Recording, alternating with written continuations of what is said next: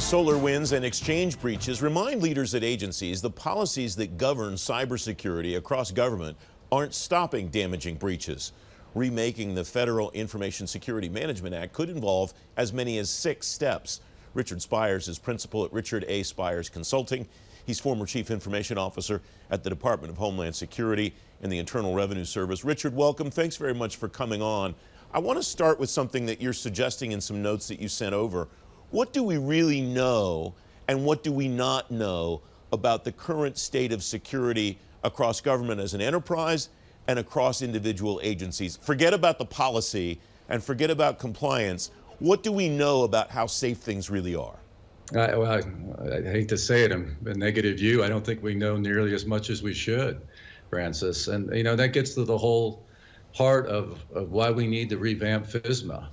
That we really need to take an enterprise approach to cybersecurity, starting with risk management. And where do you start with risk management? You got to know what you've got. Even basic things like inventory and what controls you have in place today on an enterprise basis. And the word enterprise is really important there because so many CISOs or CIOs don't have a full understanding or really can't see across their whole enterprise. They don't have the authorities sometimes to be able to do that.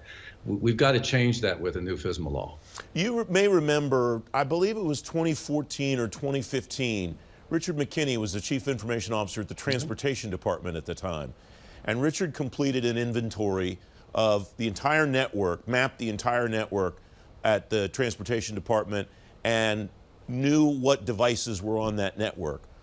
What's happened or what hasn't happened that in 2021, 6 years later, longer, we're having the same conversation, Richard? Yeah, we are, Francis. It goes to a lot of its culture, right? I mean, even with the FATARA law, which has certainly helped, we've got to just move beyond where we're at right now and recognize that if you're going to do enterprise security well, you've got to have that full view of what's going on.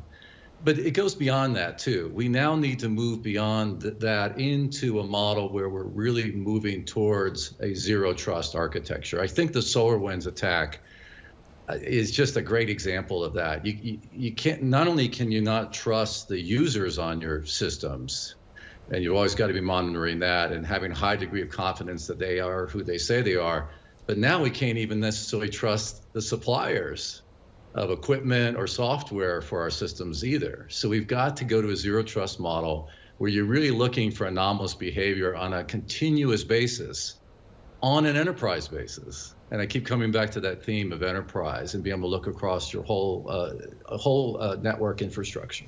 Well, and it strikes me too that given what we've learned about SolarWinds and Exchange, the government as an enterprise, not just, for example, in your case, the Department of Homeland Security, you should have visibility as the CIO at DHS of what security looks like across the agencies with which you interact, which in the case of DHS is every agency, shouldn't you? Sure.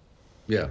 Yeah, and I think, I believe that there's some positive steps there. I think DHS has been given a bigger and bigger role through the CISO organization to be able to monitor and work with the agencies. That's all positive. But Francis, when I talk to individuals working in agencies that are in IT or in security organizations, we're far from where we need to be in just these basic concepts that we're talking about here and implementing them on an agency-wide basis, and almost all the agencies.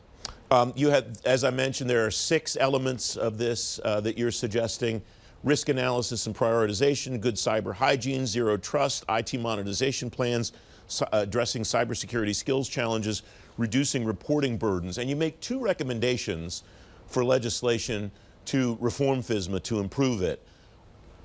2 is great because inevitably these recommendations are always long lists. How did you arrive at these 2 recommendations, and what are they, Richard? I mean, the first recommendation really captures that 6-step, those 6 steps of the things that should be in there. And my recommendation to those that are working the FISMA legislation rewrite is, be careful, right? You don't want to be so specific. I mean, I think it's good to bring in the concepts of enterprise risk management, the use of the cybersecurity framework from NIST to be able to do that.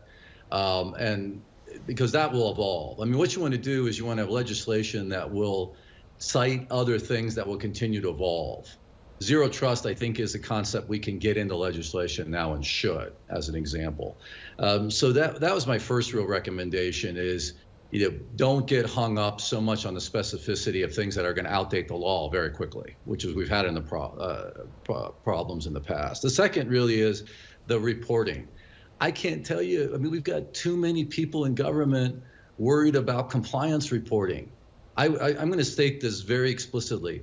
It would be much better for every agency to work on their 5 top security risks and really, really nail those, because that will reduce what could happen on a really bad day, on a really with a really bad breach, than to do this whole ATO process across all the systems, the ATO, the authority to operate process that we have in place now, across these thousands of systems we have in government.